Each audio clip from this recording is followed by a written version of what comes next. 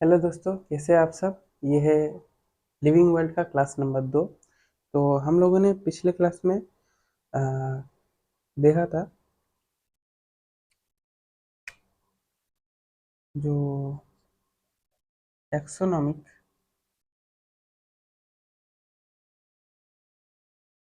Category, उसके steps जो है वो है पहला कैरेक्टराइजेशन,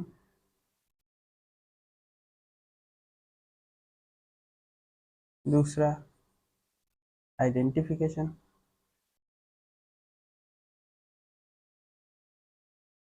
तीसरा जो है क्लासिफिकेशन,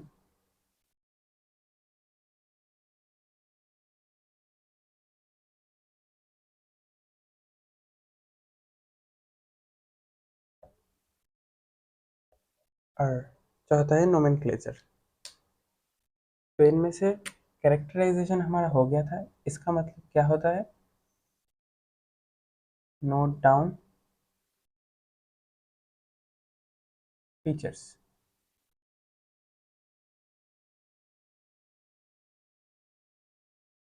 जो नोन फीचर्स है या नोन स्पीसीज है, उनके कैरेक्टर्स जो फीचर्स होते हैं उन्हें नोट डाउन करना है कैरेक्टराइजेशन। आइडेंटिफिकेशन में क्या करना पड़ता है?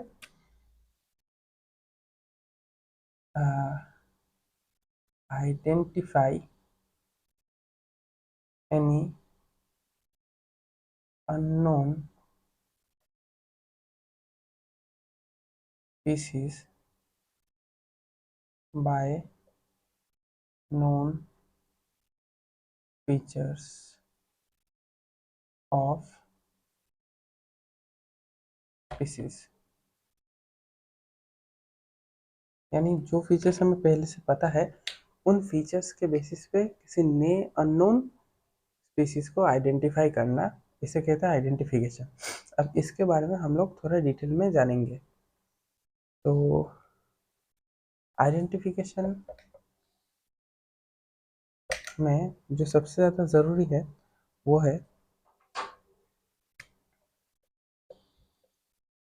टैक्सोनॉमिक एड्स, और क्लासिफिकेशन में ज़रूरी है टैक्सोनॉमिक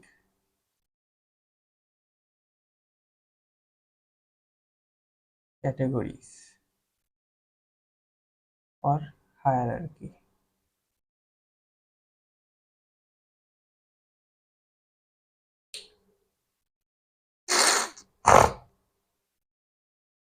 तो अब हम लोग टैक्सोनॉमिक एड्स के बारे में डिटेल में जानेंगे। क्या होता है ये टैक्सोनॉमिक एड्स?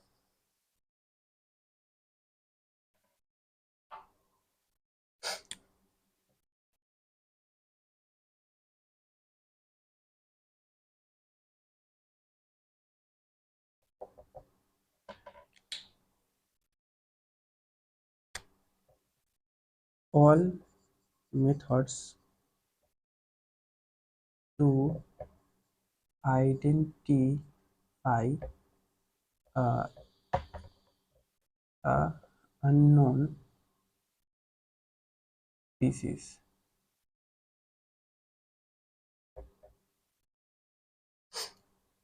अब ये मेथड्स क्या हो सकते हैं? रिटेन फीचर्स, लाइव और डेड स्पेसिमेन।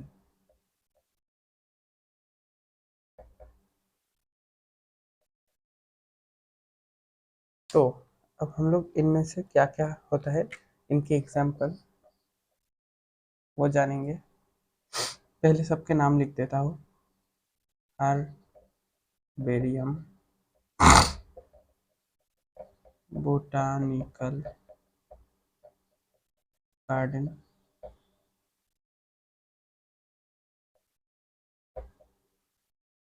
म्यूजियम,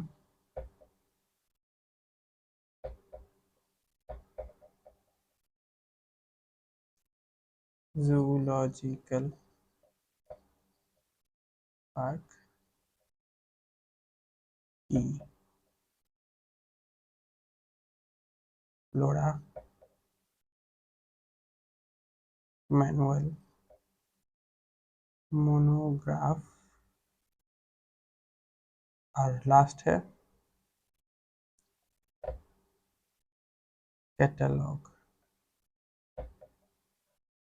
तो इनमें से ये जो पहले के चार है वो है स्पेसिमेन बेस्ड, वो लाइव और डेड हो सकते हैं। और ये आखिरी के पांच जो है वो है रिटन डिटेल्स।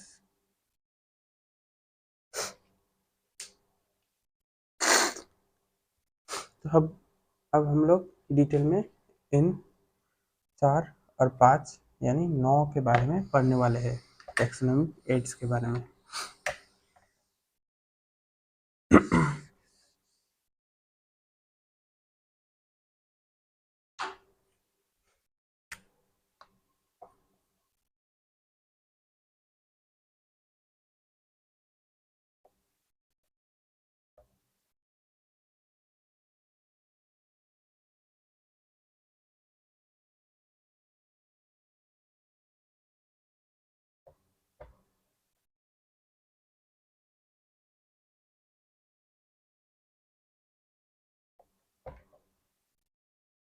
तो थोड़ा कंपेयर करके पढ़ेंगे ताकि समझने में आसानी हो।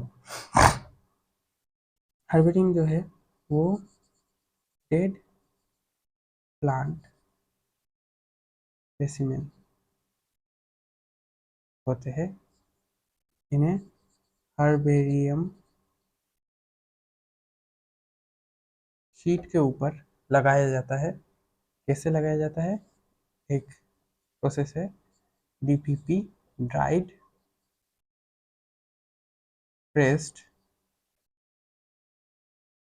प्रिजर्व। तो ऐसे हर्बेरियम शीट के ऊपर पहले तो प्लांट स्पेसिमेन, स्पेसिमेन क्या होता है पिछले दिन मैंने कहा था। स्पेसिमेन होता है पूरा एक प्लांट या एनिमल, या फिर प्लांट या एनिमल का कोई एक स्पेसिफिक हिस्सा जो जेनरेटिवली इम्पोर्टेंट है, जैसे प्लांट के लिए फ्लावर या फ्रूट। उसे हर्बेरियम पहले ड्राई किया जाता है, उसके बाद हर्बेरियम शीट के ऊपर प्रेस्ड किया जाता है और इसे प्रिजर्व किया जाता है। अब है बोटानिकल गार्डन। ये है लाइव प्लांट स्पेसिमेन। ये होता है अंडर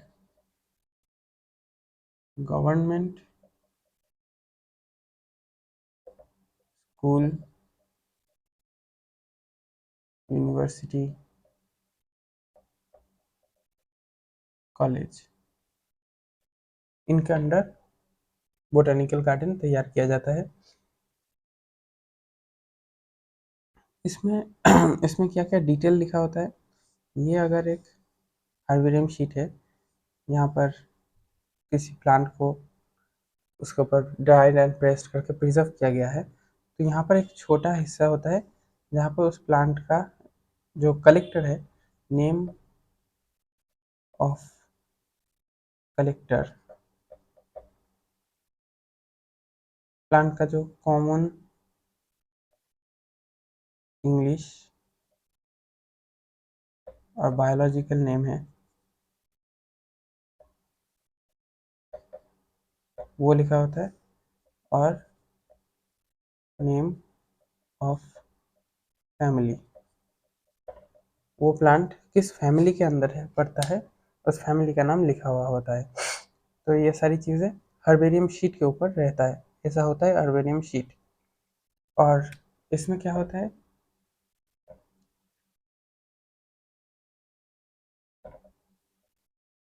एक प्लांट है, उसके ऊपर या उसके बाजू में एक बोर्ड लगाकर उसमें लिखा होता है biological name and family. Family का नेम और बायोलॉजिकल नेम लिखा हुआ होता है। प्लांट के ऊपर हो सकता है या फिर पास में एक बोर्ड पर लिखा हो सकता है। तो बोटनिकल गार्डन हो गया, इसमें लाइव प्लांट स्पेसिमेंट होते हैं। अच्छा, अब म्यूजियम।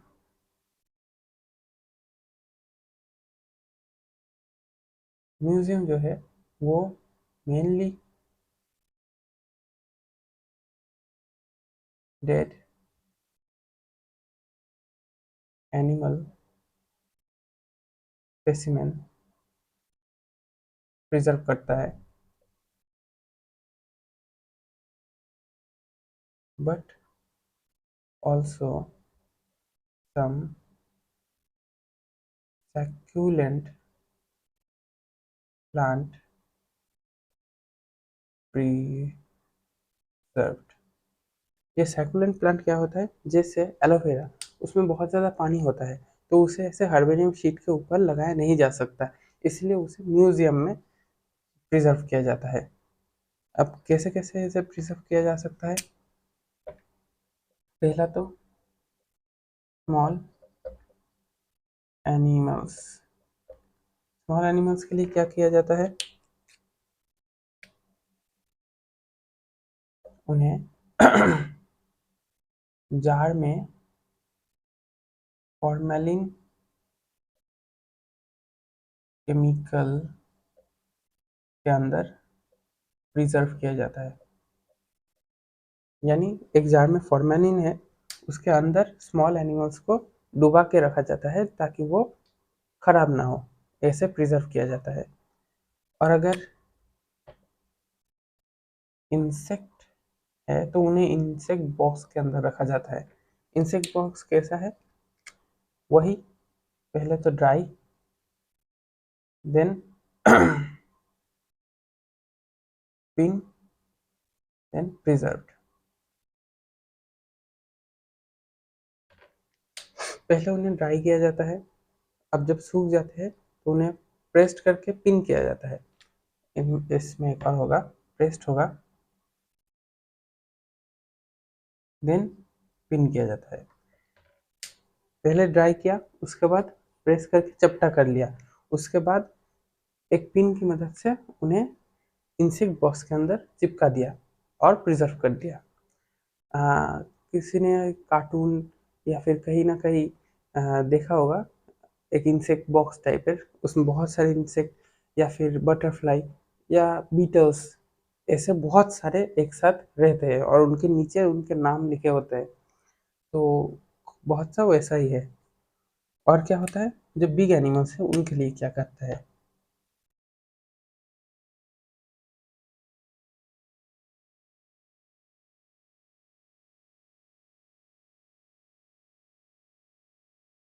बिग एनिमल्स को स्केलेटन प्रिजर्व्ड, उनके स्केलेटन जो होते हैं उन्हें प्रिजर्व किया जाता है। और ये भी म्यूजियम भी अंडर गवर्नमेंट स्कूल यूनिवर्सिटी हो सकते हैं। तो अब जाते हैं जूलॉजिकल पार्क की तरफ। तो जो जूलॉजिकल पार्क होता है वो मेनली लाइव एनिमल स्पेसिमेन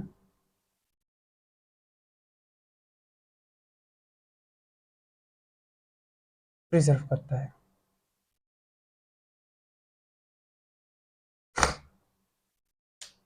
और ये एक बहुत रोल क्या होता है इसका?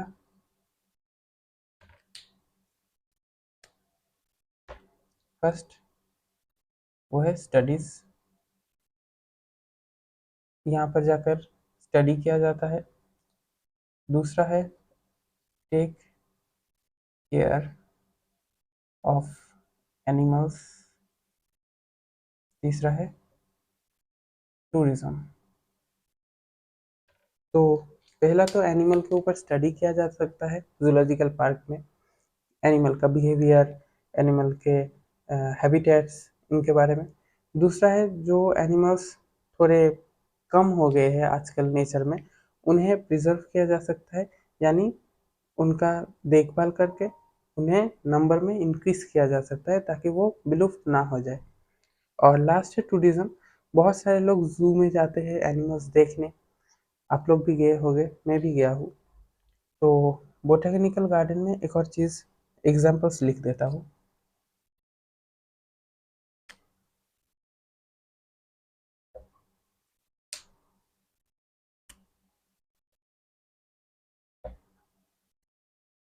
आरबीजी, आईबीजी,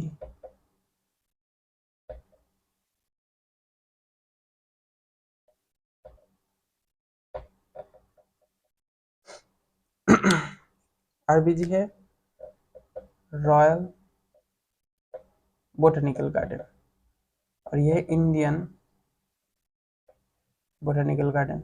ये है लंदन के क्यू में, और ये है हमारे इंडिया के वेस्ट बंगाल के हावड़ा में।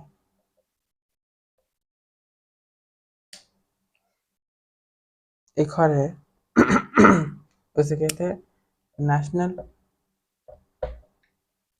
Botanical research institute, NBRI.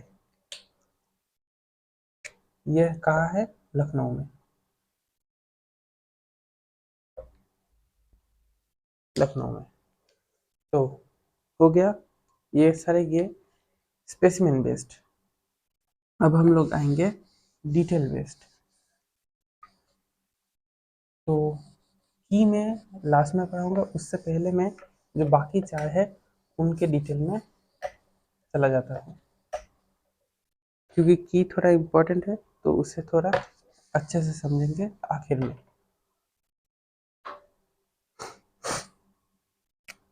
तो बाकी चार क्या क्या थे?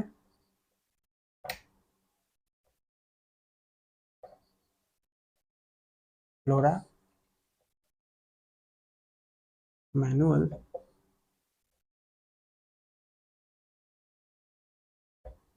Monograph, catalogue. तो पहला फ्लोरा क्या होता है? It's an index, name of plant specimen and some details. और ये है एरिया बेस्ड। मैनुअल में क्या होता है? It's also area based but more detail than flora. तो फ्लोरा में क्या होता है? वो एक इंडेक्स है। इंडेक्स का मतलब तुम लोगों ने, बहुत सारे लोगों ने जो नोटबुक रखते हो तुम लोग, उनके जो पहला पेज होता है वहाँ पर बड़े बड़े अक्षरों में लिखा होता है इंडेक्स, और एक चार्ट रहता है जहाँ पर तुम लोग 1 2 3 4 नंबर लगाकर चैप्टर नेम या वो सब लिख सकते हो। लिखते नहीं हो वो अलग बात है, लेकिन उसे कहा जाता है इंडेक्स। तो वैसे ही नंबर लिखकर प्लांट स्पेसिमेन और सम डिटेल्स लिखा हुआ होता है। तो फ्लोरा एक इंडेक्स है जो एरिया बेस होता है। किसी एक इलाके में जो जो प्लांट स्पेसिमेन मिलता है उनके डिटेल में फ्लोरा में लिखा होता है। मैनुअल क्या होता है? ये भी एरिया बेस होता है, लेकिन इसमें फ्लोरा से ज़्यादा डिटेल्स लिखे हुए होते हैं। अब देखते हैं मोनोग्राफ में क्या होता है। Detail of one taxon only, यानी किसी भी एक टैक्सॉन, एक प्लांट स्पेसिमेन के एक टैक्सॉन के बारे में डिटेल में लिखा हुआ होता है मोनोग्राफ में। और इसे याद रखना बहुत ज़्यादा माने आसान है। मोनो, मोनो का मतलब ही एक होता है, तो एक टैक्सॉन के बारे में जहाँ भी लिखा होगा वो मोनोग्राफ होगा। तो अब है कैटलॉग।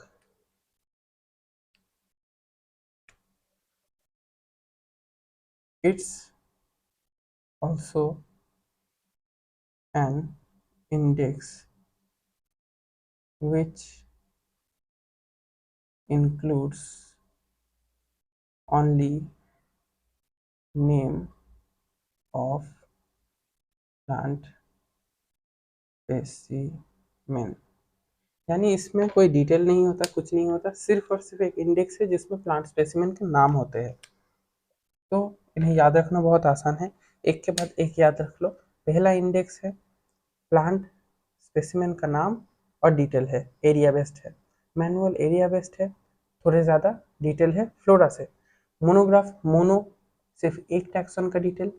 कैटलॉग सिर्फ और सिर्फ नाम प्रेजेंट है इंडेक्स के फॉर्म में। अब हम लोग आ जाते हैं की में, जो मेन है, क्योंकि की सबसे ज़्यादा आसान तरीका और इम्पोर्टेंट तरीका है किसी भी आइडेंटिफिकेशन प्रोसेस में। की, तो की क्या होता है? पहला, की आर स्टेटमेंट्स। पहले लिख लेता हूँ फिर कहता हूँ। की होते हैं statements. Two statements called couplet and each statement is a lead. Leads are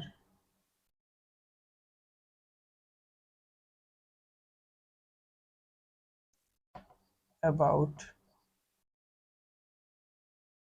similarities and dissimilarities।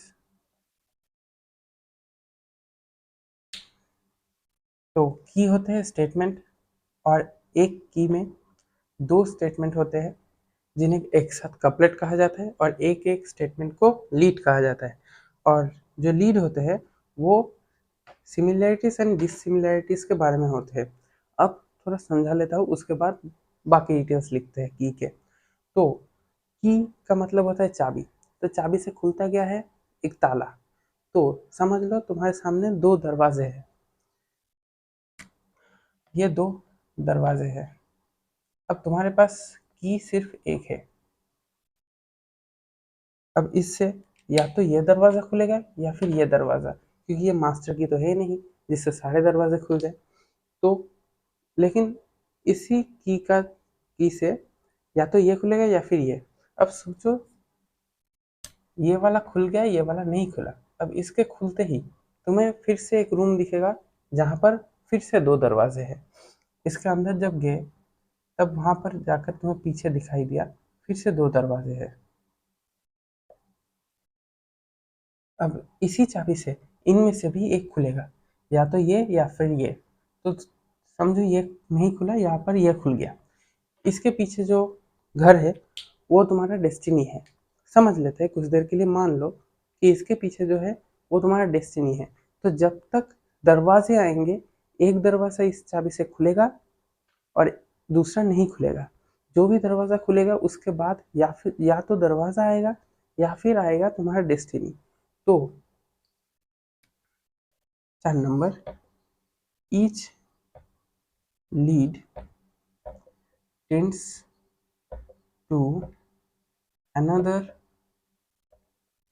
Lead और टैक्सन। तो टैक्सन जो है वो तुम्हारा डेस्टिनी है और लीड जो है वो एक दरवाज़ा है। तो अब दरवाजे का एग्जाम्पल छोड़ो और अच्छे से समझो कि एक्चुअल में हो क्या रहा है।